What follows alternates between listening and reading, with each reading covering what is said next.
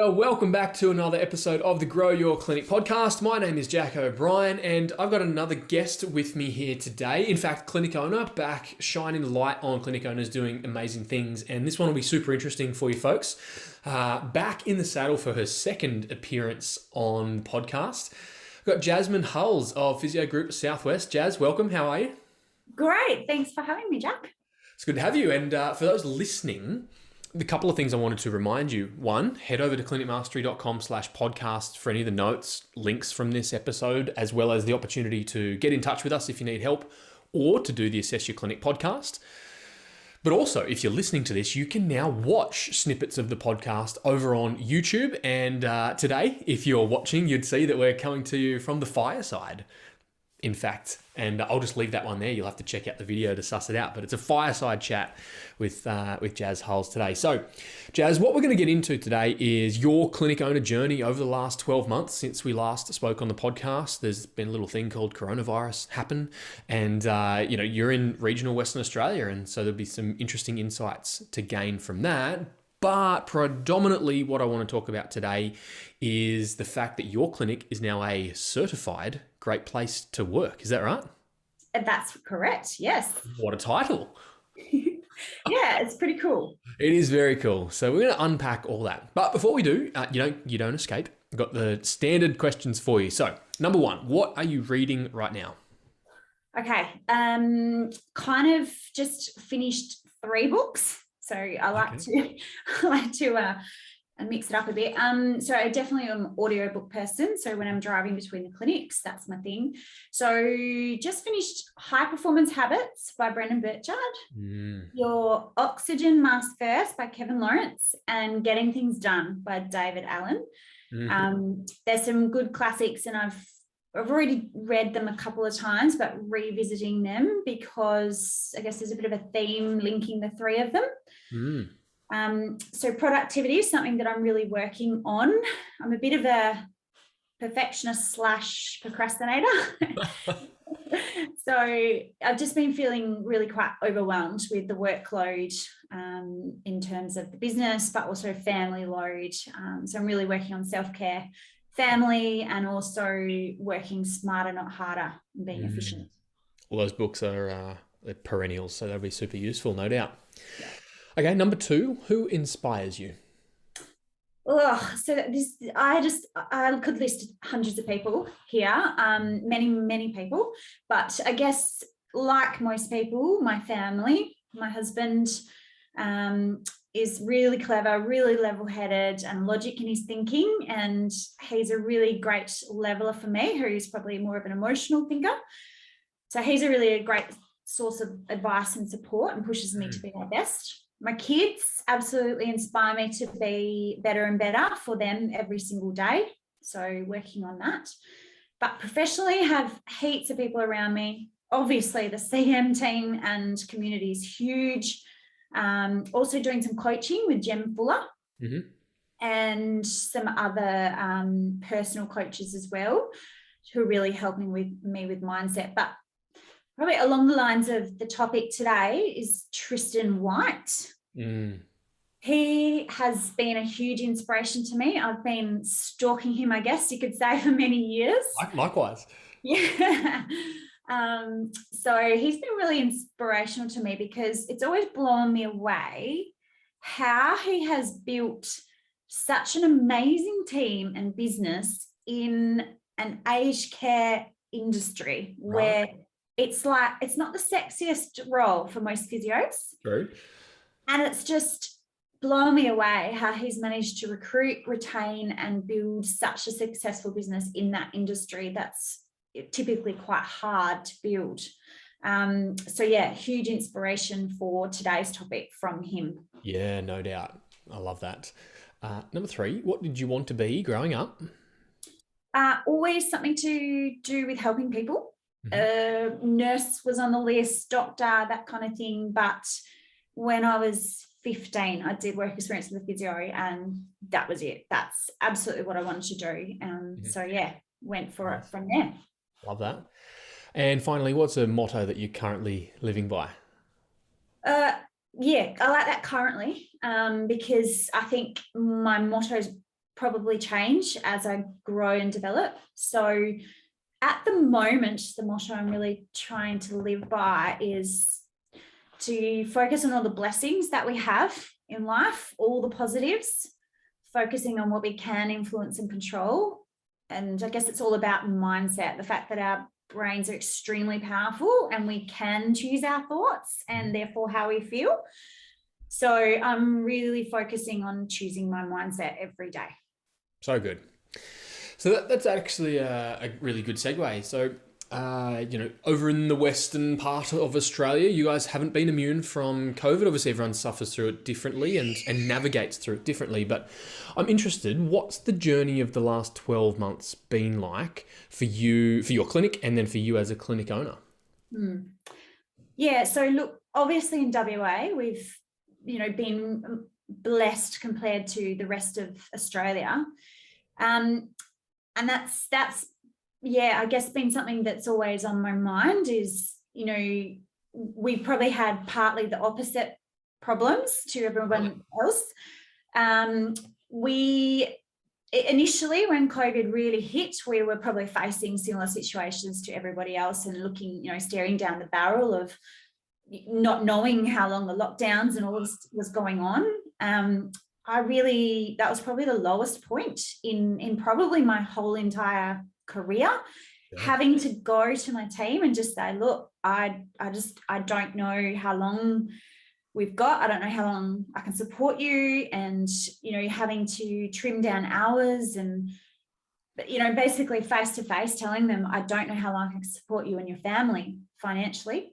Brutal. Then I guess there was the ethical dilemma too, and the health dilemma. So, we were told to stay open to take the load off the public system, but which was okay. But then, you're worried for the safety and health of your team. So that was really, really tough. But in the end, it actually, we came out of that really tough time. We moved through that initial period, and we've obviously now been going through on and off for the last 18 months. So I guess the hardest thing, though, has been WA has grown significantly, like by 60,000 people or something crazy. I guess because of our good position, so many people have come back home or moved here or have come here to holiday and stayed here. So we've been absolutely overwhelmed with workload, which is a good problem to have, I guess. More work than we can handle. Not without its challenges, though, right? You got to. It's one of those things. If it's not patients that you need, it's therapists, right? Absolutely, and it's probably been more difficult in managing the burnout of our team that we do currently have, because ultimately we've had to try and focus on looking after the team, and I guess, people are not going to die from having physio, so we've really just had to put ourselves first, look after each other first, and make sure we don't then fall in a heap.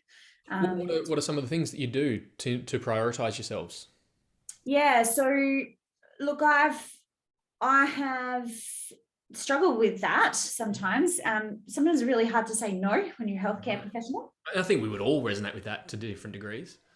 Yeah. And I guess for a while, probably over the last 18 months, I've done a fair bit of stepping back in and treating myself. I've been trying to balance stepping in to help my team, to feel, to help them feel like I'm there for them. I'm pitching in, I'm really helping our clients out, also trying to sort of stabilize the business. But then on the flip side, that's been to the detriment of my family and also to the rest of the team. When you're back in looking after clients, then you're not there to look after your team.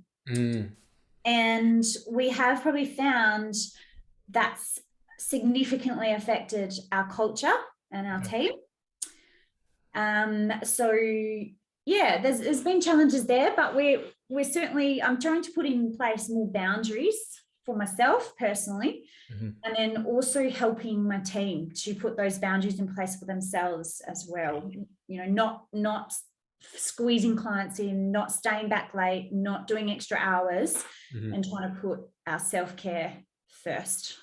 It's interesting. And I think no challenge is, greater or less than anyone else's. It's just relative and different. And like you say, you guys have been busy, and Western Australia's been productive, and, sport's happening and everything's normal-ish mostly. But yet there hasn't been as much of a workforce available. So, recruiting's a huge challenge. So amidst the chaos then, this is a great segue, amidst the chaos of the last 12 months, really, with your team and some of those challenges that you've been able to overcome, you've been able to nail a little certification on the side, specifically around leadership and workplace. So, as we mentioned at the top, Physio Group Southwest is now a certified great place to work. Can you firstly just explain for us what the heck is a certified great place to work, please? Yeah. So Great Place to Work is a organisation who focus on building great places to work, I guess. Sure. And they offer a certification process. So that basically means that they provide the tools to do an anonymous survey of your team in all the different areas of culture. And then they also require the business owner to answer some questions and things like that. So based on those two things, but essentially it's highly weighted on the team rating us in areas of our culture and how strong they feel we are in all the different areas. And so you have to reach a certain score to become certified. And then they also have the Great Place to Work Top 100 list. So you can go on to be named in the Top 100 list, obviously, if you're one of the top 100. Which is where I first came across our mutual friend Tristan White, who was Australia's greatest place to work for a number of years, I believe. Okay, so let me just pick this apart a little bit, because I think that so many clinic owners would aspire to be a great place to work.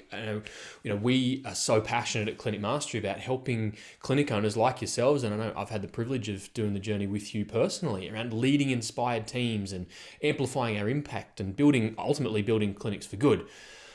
So why would you want to be a certified great place to work? A number of reasons. Personally, over the years, I've really struggled to figure out my why. I've always really struggled to, I guess, plan ahead and, set goals and all that kind of stuff. And I really struggle with that. But over the years, I've had some really great mentors and coaches that have helped me to understand my why. And it actually really boils down to the fact that my why, my passion, and one of the reasons that I'm in business is that I want to create an environment and a place of work that is supportive and nurturing, and people who they love coming to work and they feel supported to be able to grow and learn both personally and professionally. And the Great Place to Work certification really resonated for me because I wanted to know how well I was doing with that. Right. And also show me areas where I can improve in. And I felt that was a great process to do. It also gave me, I guess, benchmarks to see how we compare to other places in Australia and New Zealand, and see, I guess, where we can improve. But another reason is, in regional WA and, probably like many other places, recruitment and retention has also been a massive challenge for us. Sure. Always has been. And essentially at the moment, even more so. And I felt that it would help us not only to improve our culture, to be really attractive to potential employees, but also retaining the amazing team that we do have. Right. As well. So yeah, it's always been something that I've wanted to do. So this year I just decided to jump in and let's do this.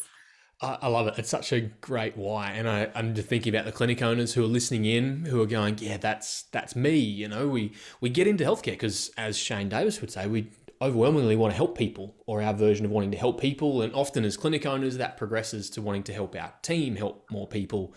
And that's unreal. So can you perhaps step us through the process of what it was like, and then we'll get to some of the benefits of now having the certification. But what was it like? Was it a tough process? Was it rigorous? Was it enjoyable?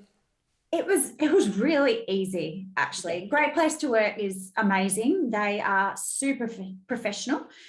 They have a step-by-step process, and you get a personal, coach or person that helps step you through the process. But there's a platform where you just upload all your team members and their email addresses.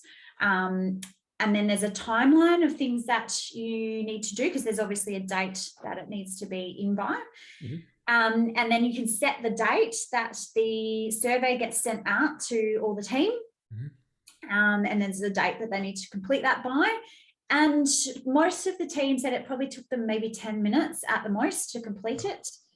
You have to have a certain amount of people respond to the survey. And because we had only a small team, we have 24, we needed everybody to answer that, and everybody did. And then there was a timeline that I just needed to submit my answers for. And then it was all collated for me and on a dashboard, and you can see all of your results in terms of percentages, and it breaks it down in, male, female, age groups. And what are some of the categories, or what are some of the questions that they're asking in these surveys? Yeah, so I guess probably the ones that really stood out to me, but they talk about communication, equity. They talk about team and camaraderie. Do you feel, valued? Do you feel that everyone's treated like equals? It covers most aspects of culture, I guess. So it seems like the process is relatively straightforward. Do you feel like it was still easy to get that certification, or you kind of had to do a lot to be able to reach the standards? No, look, honestly, it wasn't a difficult process. It is more about, I can sit up and say that I think we have a great culture, but really it's, do the team actually feel that way? Right. And it's really asking the team, do you feel that this is a really great place to work? And because it's anonymous, I believe that most people were really honest.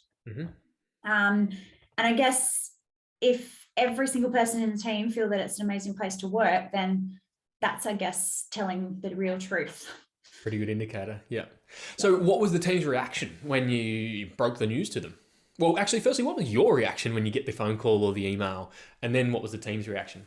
I was pretty stoked, because I guess it was a bit, having gone through it the first time, I really didn't know how we were going to go. And I thought, well, look, you know what, the first time we'll just have a go. We'll find all the areas that we're, perhaps lacking in, and then we will improve on that. When we got the certification, I was pretty stoked. Just to know that we had actually received the badge. But interestingly, when I shared it with the team, a lot of their reactions was like, well, yeah, we knew we had a great place to work. So that was really cool that, so maybe it was more for me to know that. But super supportive. Everyone was really excited that we'd actually been given the actual official title that matches what we think. Which is what they already knew. Yeah. It's like the title just reflects the current reality anyway. Yeah. Did you do anything special to celebrate personally or as a team? Yeah, so we did a good, it was more of a virtual celebration. So, and then we've also then shared it through all of our socials and all of that kind of stuff as well. But to be honest with you, I'm still, I think there's a lot more that we can do. things have been a little bit hectic, and to be fair, we probably really haven't celebrated properly or really used this to the best of our ability. So that's, I guess, my next goal is to what do we do with this, and how do we capitalize on that? Which is great. It leads me to, like, what are some of the ways that you're thinking about using this? Like, is there a bigger picture at play or a bigger narrative? What are you going to use it for? Definitely. So we are working really hard to recruit at the moment. So the plan is to really use this badge to promote PGSW and hopefully help recruit some really great team members. But probably more importantly is the individual results that we got. So overall, we received a score of 94%, which is pretty great. Pretty great. But there was also some areas that were really, really interesting. Probably the one that we scored the lowest on was the communication and equity side of things. So there's probably been it's identified this perception from the team that they don't receive as much communication as they'd like. Really? Yeah. So, I think sometimes we communicate quite well, but, they want more of it. And that's fascinating, isn't it? Because I would say you're a great communicator. Like, if anything, you probably feel like you over communicate at times, right? And yet your team feel like, well, under communicate is probably an exaggeration, but there's a miscorrelation. Yes. Yeah. And one of the particular areas was in pay, which has always been a real challenge for me, because I have always struggled with, I want to pay my team well. I want to pay them fair. I want to reward them for their hard work. And then trying to balance that with the sustainability and profitability of the business has always been a really big challenge for me. And one of the areas was that some of the team felt that perhaps they would like to be paid a bit more. And when I first saw this, I was like, oh, this is it's always been my challenge. And oh my God, they don't think they're being paid fairly. But when I had my results chat with the Great Place to Work, it was so, so humbling, because that said that actually our score was perfectly normal. If across the board, most people would like to be paid more. So it's actually Wouldn't we all? Yeah, exactly. And she also said that there was a distinguish between people who'd been with us for less than 2 years actually thought they weren't being paid enough, whereas the people who'd been with us for a longer time felt well rewarded and supported. So and she said it's also not often about changing their pay, but it means there needs to be more communication and addressing their perception around pay as well. So I guess it's highlighted the fact that we need to have more chats around that, more open discussions about it. And it's probably something that I've left a bit down the track, and it just shows I really need to be open, honest, and have more discussions about that. Interesting insights, right?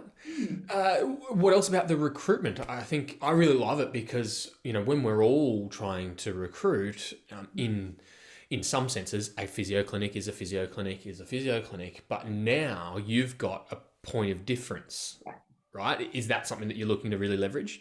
Definitely. Yeah, absolutely. There's got to be a way to really leverage the badge that we have.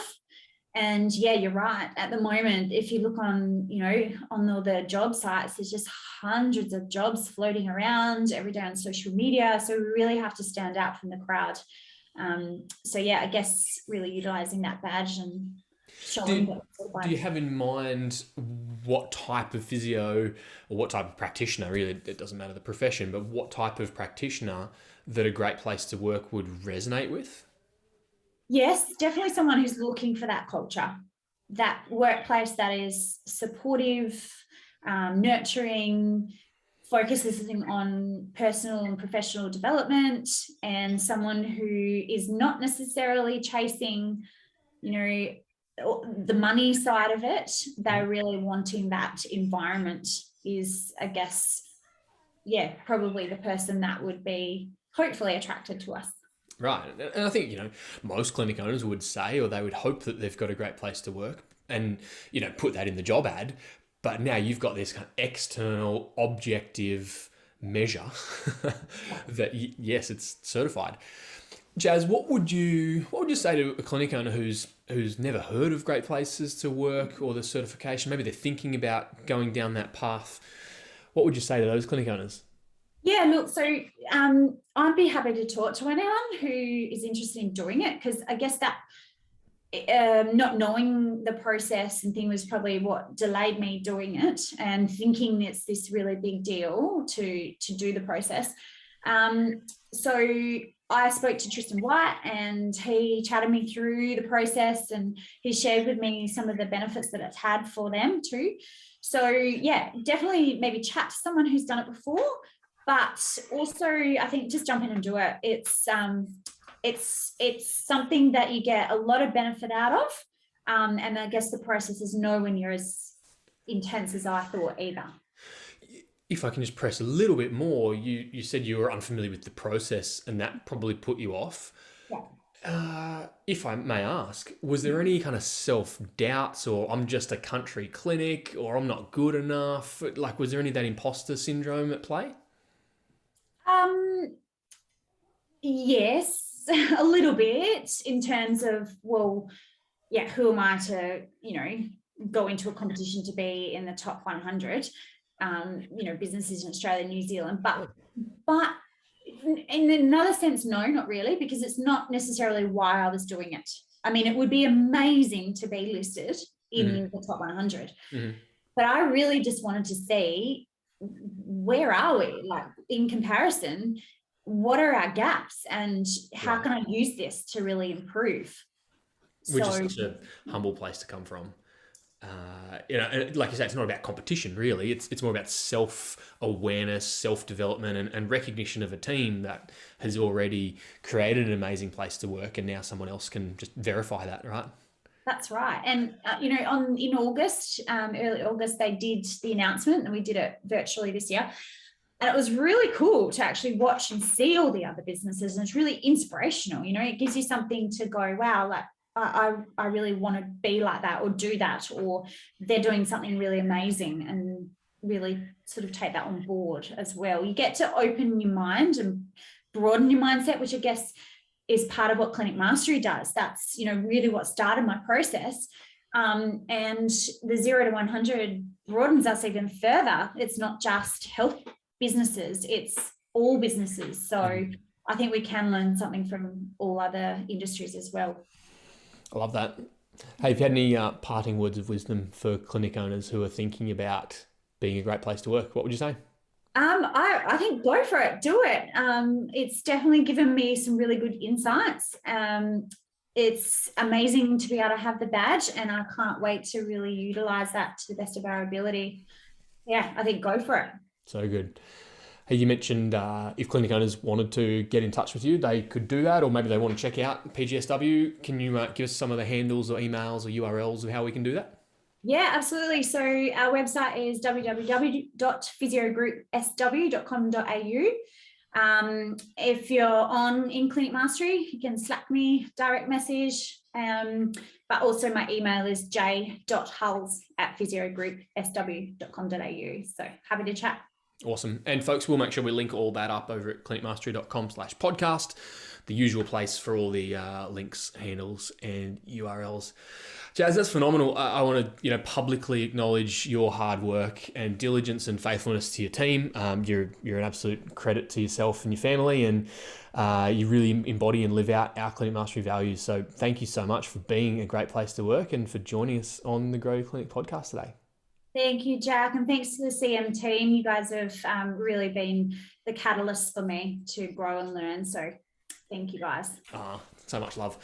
Hey, folks, thank you for joining us for this episode. As always, head over to clinicmastery.com/podcast, or you can leave your reviews, ratings, and feedback on your podcast player of choice. And I can't wait to bring you another episode of the podcast again really soon. Bye for now.